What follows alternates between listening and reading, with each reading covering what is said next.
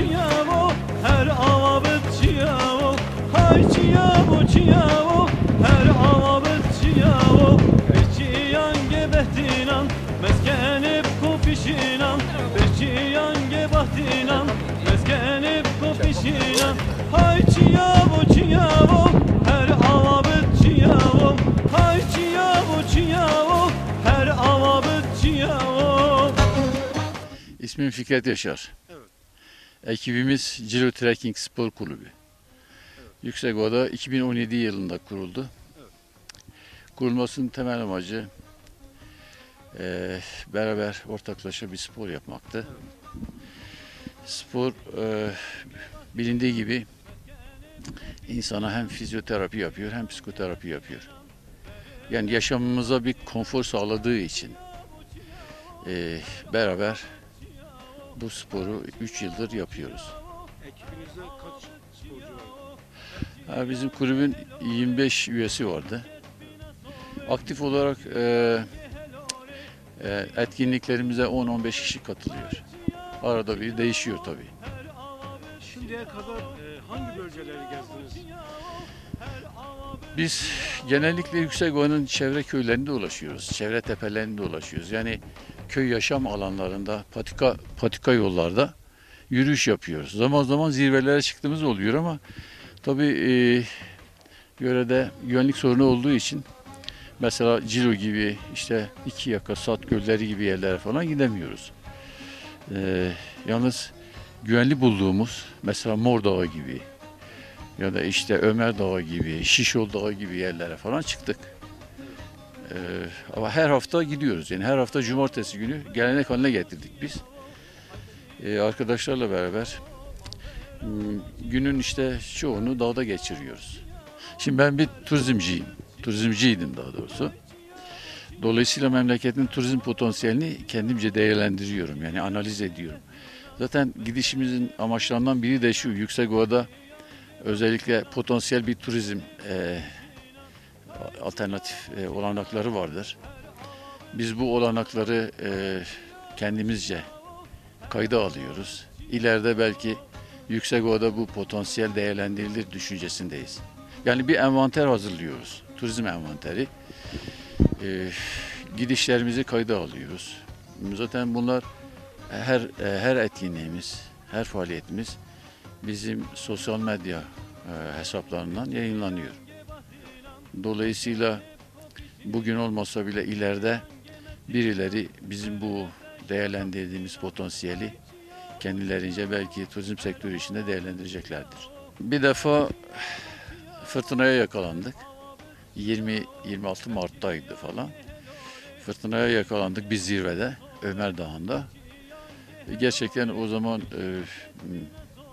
epey endişelendik yani. Onun dışında herhangi bir zorluk falan yaşamadık. Bugünkü gezimiz neresi olacak? Şu anda neredeyiz? Şu anda Ortaç, Kürtçe adı Bavanis. Yani Yeniköprü dolaylarındayız.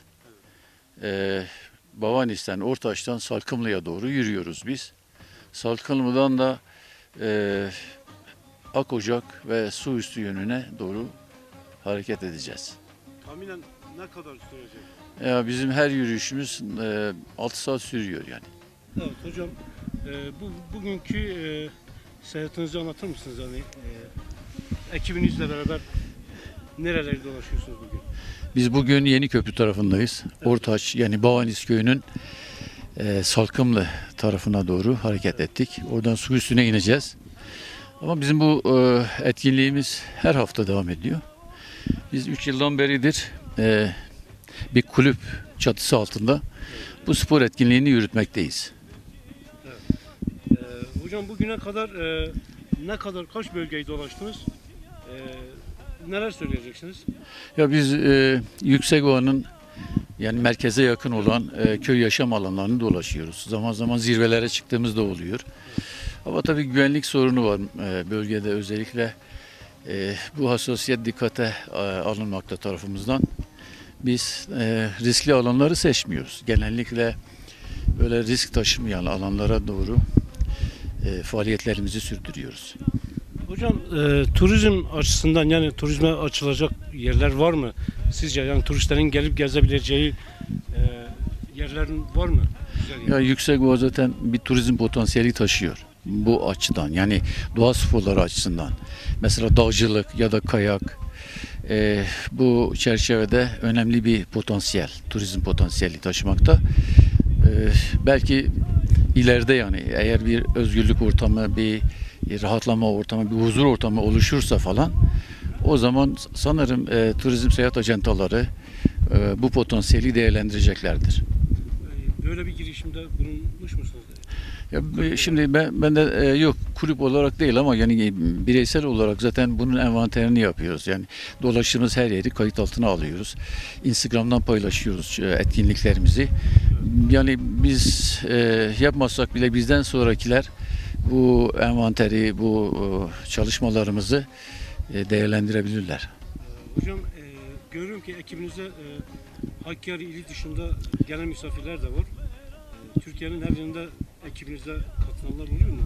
Sizinle beraber. Ya şimdi zaman zaman misafirlerimizi getiriyoruz buraya. Yani onlar da başlamadan önce tedirginler. Çünkü bölgede neticede bir adı konulmayan bir savaş var ya. Bir çatışma ortamı var yani.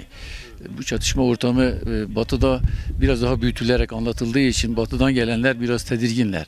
Ama tabii bize katıldıklarında anlaşılıyor ki yani pek öyle büyütülecek bir durum değil. Mesela şimdi biz buraya geldiğimizde karakol aradı işte niye gidiyorsunuz haber vermediniz falan filan aslında bir şey yok. Yani herhangi bir sorun yok, bir güvenlik sorunu yok. Ama tabii devlet kendi açısından bakıyor olaya. Kendi otoritesini sağlamak için tedbir almak zorunda. Biz de bunu anlıyoruz. Dolayısıyla her etkinlik öncesi kaymakamlığa dilekçeyle başvuruda bulunuyoruz. Gideceğimiz güzergahı belirtiyoruz. Hocam bu bölgenin güzelliklerini gezmek isteyen, hani Hakkari ili dışında gezmek isteyen vatandaşlar için, halk için neler söyleyeceksiniz? Ya diyeceğim şu yani bu bölge gerçekten gezilebilecek alanlara sahip. Panoramik açıdan gerçekten dikkat çekilecek yerler var. Şimdi sonbahardayız. Sonbaharda pek şey görünmeyebilir yani göze hoş görünmeyebilir ama ilkbaharda gerçekten her taraf cennet gibi. Her taraf çiçek, her taraf pancar, her taraf ot, her taraf yeşil. Dolayısıyla biz de ilkbaharı iple çekiyoruz. Diyoruz ki ilkbahar gelsin de biraz daha etkili olsun yani. Zaten temel amaç bizi buna güdüleyen esas faktör şeydir. Şehrin o kaotik, o kirli havasıdır. Biz o kirli havadan çıkıp böyle kırsal alana geldiğimizde bize psikoterapi yapıyor, fizyoterapi yapıyor. Samimi söylüyorum. Sağlık kazandırıyor bize. Yaşama sevinci kazandırıyor. Bu da hayatımıza konfor olarak yansıyor. Hocam ekipteki diğer arkadaşlara da Tabii lütfen buyurun. Evet. Sizi tanıyalım. Ben Pervin Elipur, makine mühendisiyim. Amatör olarak dağcılıkla uğraşıyorum. Ne zamandan beri? Ben 1,5 ay. Peki bölgeyi dolaşıyorsunuz, güzellikleri görüyorsunuz. Nasıl buluyorsunuz? İnanılmaz keyifli, inanılmaz dinlendirici. Tamamıyla bir terapi benim için, şahsım adına. Evet. Şimdiye kadar nereleri gezdiniz? Şimdiye kadar Şişol tarafını gezdik. 2 defa kamp yaptık. Vare Şeytana dediğimiz bir yerde. Bu bölgeye ilk defa geldim. Dün de bir gezimiz oldu yine. Şemdinli tarafına. O şekilde gezilerimiz devam ediyor. Yani bir bayan olarak zorluk çekiyor musunuz? Zorluk çekiyoruz ama değiyor yani. Ne gibi zorluklar çekiyorsunuz? Ben biraz nefesten dolayı sıkıntı yaşıyorum. Onun dışında bir sıkıntım yok benim. Peki dolaşmak isteyen, gezmek isteyen bayanlara mesajınız var mı? İstedikten sonra her şey oluyor. İstedikten sonra gelsinler, kesinlikle gelsinler. Daha çok kadın arkadaşa ulaşmamız lazım zaten. Kemal Yılmaz, emekliyim. Evet, nereden geldiniz? İzmir'den geldim. Bu ekibe katıldınız. Hakkari'nin doğasıyla işte berabersiniz. Valla şöyle ki Hakkari'nin doğasını İzmir'de dağcılık kulüplerinin hepsi merak ediyor. Buralara çıkmak istiyorlar ve buraların bir an önce serbest kalmasını istiyorlar. Güvenilir olmasını istiyorlar. Çünkü dağcılığa çok elverişli bir ortam burası. Müthiş bir merak uyandırıyor burası insanlar üstünde. Güvenip de gelemiyorlar. Çünkü rahatlıkla gezemeyeceklerini biliyorlar. Her taraf belli yerler veriliyor insanlara. Oraları geziyorsunuz. O kadar. Daha güzel yerler var aslında buranın ama biz bile göremedik. Belli bir yerlerini daha yeni görmeye başladık yani. teşekkür ediyoruz. Ben teşekkür ederim. Osman Telsaç emekli memurum. Osman Bey, siz bu bölgeyi iyi bilen birisiniz. Siz şimdiye kadar nereleri gezdiniz? Çok da iyi bilmiyorum ama ekiple arkadaşlarla beraber işte Şuşul var, Vareş Şeytanı, yani birkaç serbest olan her yere gidiyoruz. Yaşam alanı olan aslında insanların bulunduğu yerlere gidebiliyoruz. Yani şeyden dolayı bu yasak konulduğundan dolayı gidemiyoruz. Yani çok güzel yerler var. Aslında Cilo'ya gitmek gerekiyor.